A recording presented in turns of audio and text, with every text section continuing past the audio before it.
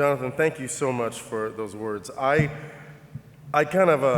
pulled a fast one on Jonathan in the sense of once I was told that I was being honored and asked to come out by Emily, which I hadn't fanboyed on you because I wanted to be cool via email and we met each other, but I think you're just amazing. Talk about someone that does it all. So I'll fanboy later. But I didn't know until, I think this is Monday today? So last week, right? So about 5-6 days ago, we were talking about having someone to come in and speak on my behalf and give me the award. And, I know a couple people in the business, but I didn't feel comfortable asking anyone because I'm not a very social person. In fact, I was talking about that at the table. I'm not an incredibly social person. I love what I do, and I think that my love for those of you that have ever seen me do anything, some of you, I think that's apparent, and maybe that's what people respond to when they see me do. Oh, no, I'm asking for that. No, stop. But that's kind of my self-imposed line of, that's what I do there, and then I go home, and I stay in my house, and I like to read my books. I play my Xbox One, my PS4, I'm a gamer. I like those things, and I write my songs, and I do my thing. I just don't like to be out much. That's who I am. That's who I've told myself who I am. I was talking with Emily, and I had to face an interesting truth coming to speak today. I've been very verbal talking about mental health issues at large and depression and suicide and mental health within the Black community. And I've been I think I've been an activist in that end and tried to make a difference. When it came to, no, don't, because no, I haven't earned that yet. I haven't earned that. But when it came to something like this, I had to be honest with myself to even come here tonight because I didn't want to claim the truth that I was a stutterer.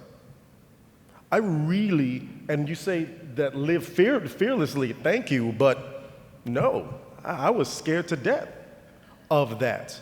And not just scared to death, but ashamed. I really needed to have a mental check in order to say yes to Emily because I thought, wow, you mean I'm going to stand in front of a room full of people and admit that I stutter? No, I stutter sometimes. I can't, no. I had a whole revisionist history go on in my head until I had to really go, okay, let's be real right now. And even getting on the plane to come here, I was at 65% real. The rest of it didn't kick in truly until I got here, until I started meeting other people, until I started hearing people's stories, until I talked to Emily and we talked about coping strategies and how to slide around words and the way that we would dance into them and the things that I believe are coping mechanisms that younger stutterers are taught, that I taught myself as a means of protection. I didn't realize that I'd done that. I'm 45. I'm just admitting that right now in front of a room full of strangers. No, I don't necessarily want applause for it. It's scary as shit, pardon my French.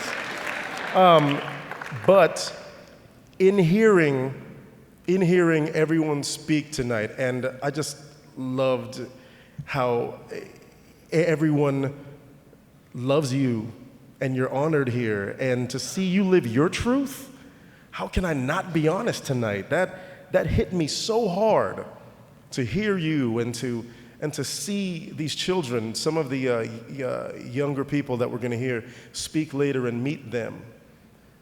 If I weren't completely transparent about that and be able to walk into the world, I don't think I would be a very good example of a man, which I try to be for my nephew and for my daughter and for the younger people in my lives. But I wouldn't be a very good actor because to act is to understand the human condition in certain places, and I couldn't let my fear stand in that way. As a kid, when I stuttered, I would hear the other kids make fun of it, and that pretty much cemented how I felt about stuttering and that shame.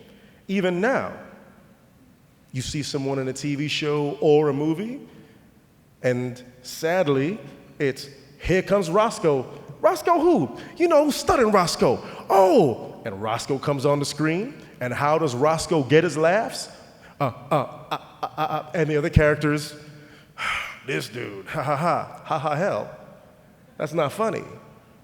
But sadly, that's what we've been conditioned to think, that when someone stutters, that's funny, they're either slow or this is the joke. Well, I don't feel like being the joke. So I thank you for this, and I thank you for having me, and now I feel like I'm on board a team. So in whatever way I can, I'm gonna help. Even if it's to say to someone who may stutter, it's okay. Don't be afraid to speak. Don't be like me, who's afraid to speak around certain people, which is why, leading back to the beginning of why I like being at home, why I didn't want to call some Hollywood cat that I know glancingly to come and speak on my behalf, because I haven't placed myself out in the world enough to mingle with them, to be friends with people because of my stutter and the shame. So I don't want that for any of the younger people. Don't let that override the prime mandate, to use a nerd term, in real life, which is to live. So that's that. Thank you so much, guys. Thank you. This is awesome. This is so cool.